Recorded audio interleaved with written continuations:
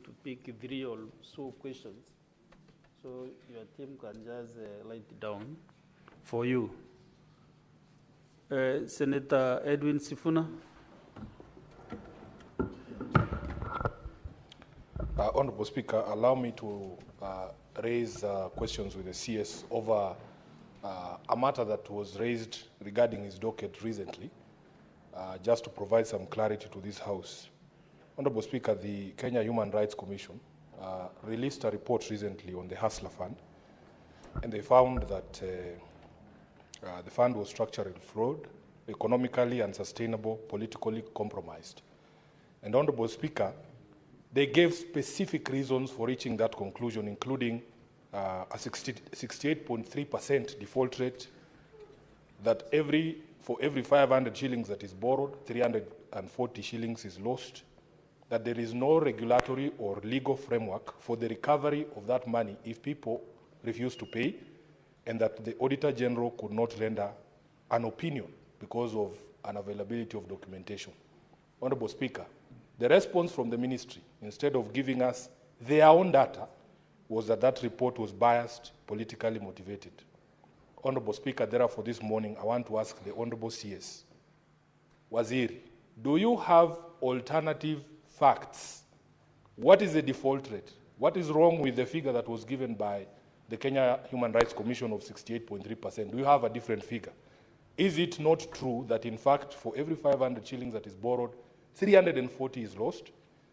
Isn't it in fact true, Honorable Speaker, you can shed light, maybe from the perspective of the ministry, does there exist a legal or regulatory framework for recovery of money that is unpaid? And according to the ministry, therefore, Honorable Speaker, was the Auditor General able to audit this fund and render an opinion? Thank you, Honorable Speaker.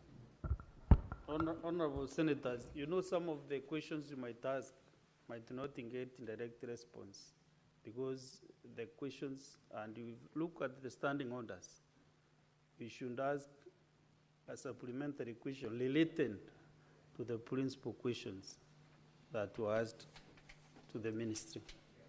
So you might not get direct answers, and I'm just a bit lenient also to allow such questions.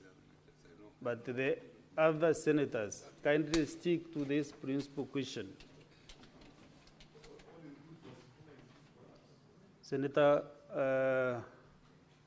Derito John, Kenya. Thank you, Mr. Speaker. Waziri, I don't know whether you are aware whether Afya Sacco is cash-strapped, because members, when they take loan, for example, a member takes a loan of 1 million. Every time they are told you cannot get all the lump sum, you will be paid 30,000 per visit, meaning you'll have to go to Afya Sacco 30 times or more times to get your 1 million.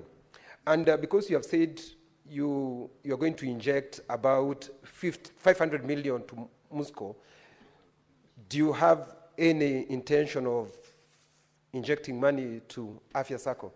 Thank you, Mr. Speaker.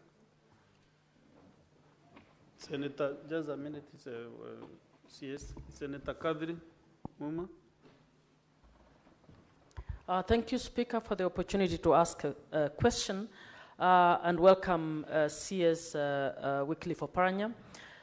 CS, in your response, you indicated that one of the recommendations given is that the government should inject 500 million into the Sacco. CS, as you're aware, the contributions to Saccos are actually by Sacco members. So when these Saccos collapse, and many of them are collapsing, shouldn't government be focusing on a stronger regulatory framework?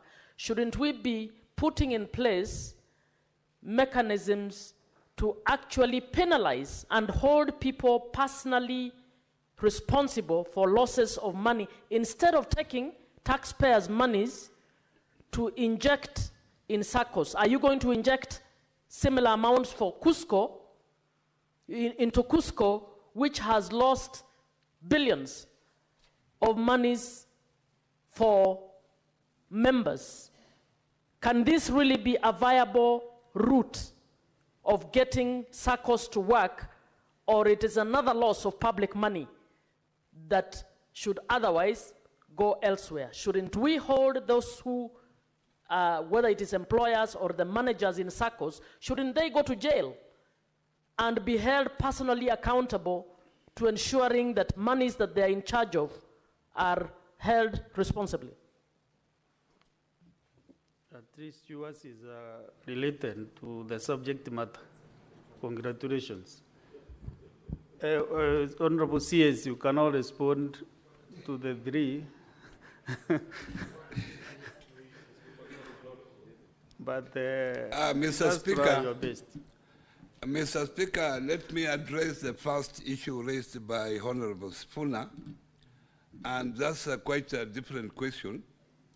I want to plead with the House that you allow me to come next Wednesday to give a comprehensive report on the operations of Hustler Fund, because I think Hustler Fund has been misunderstood. And within that response that I will issue on Tuesday, I will address each of the questions that Honorable Sifuna has addressed. Very well. But the Senate management will give you the right time that will appear. Okay, I will be happy to receive that correspondence. Yeah, I will receive correspondence and deal with it comprehensively. Okay. Yeah. Secondly, the issue of Afya Sacco. I'm aware that Afya Sacco has been having liquidity problems. But as I've mentioned here, some of these liquidity problems are occasioned by county governments, because most of the members of the Afya Sacco are medical staff who are devolved. Now, county governments, several county governments have deducted members' dues, but they have not remitted them in millions. And this has created liquidity problems for Saccos. And this is what affects the Moi Sacco, Moi University Sacco. This is what is affecting Afya Sacco. And this also affecting others. And as I have said, this issue is clearly addressed in the cooperative bill that is before you.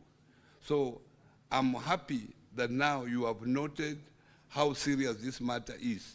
When you come to considering this matter, honorable members, I will request that you address this issue squarely in the law, so that those institutions that deduct money from Sacco members and they are not able to remit, or they divert those funds, serious action is taken against them.